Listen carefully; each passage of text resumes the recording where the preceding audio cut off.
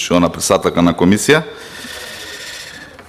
Јас на едно прашање на пошто ќе ја памтиме Бисера Костадиновска Стојчевска како министерка, јас ја памтам по една многу убава изјава.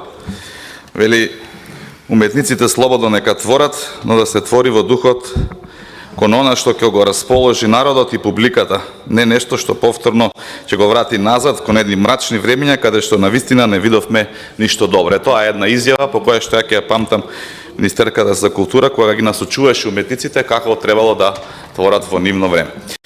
Убаво е да се слушне критика, особено на еден документ како што е буџет, убаво е да се слушне од поранешен министер во ресорот на култура, ама мора и таа критика да биде пропратена со некаков кредибилитет.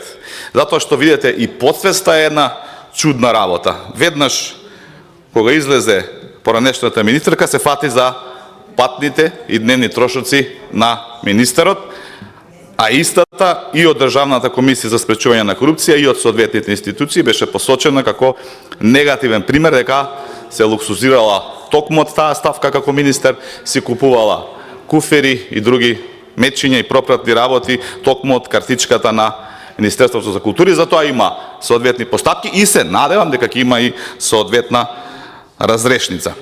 Така што подсвеста исто и работи кога го критикува овдека буџетот, меѓутоа и работи кога оди во Страсбур и таму наместо како и сите политичари од своите земји одат таму и ги штитат интересите на својата земја и ги бранат интересите на своја земја и ги истакнуваат приоритетите на својата земја, Бисера Стојчевска Костадиновска на сесиите во Страсбург се жалеше дека недоволно била праќана на патување во странство. Тоа е уделот на поранешната министерка кога државата ја испраќа како функционер надвор од државата да ги штити нашите интереси. Се жали дека недоволно била испраќана во странство.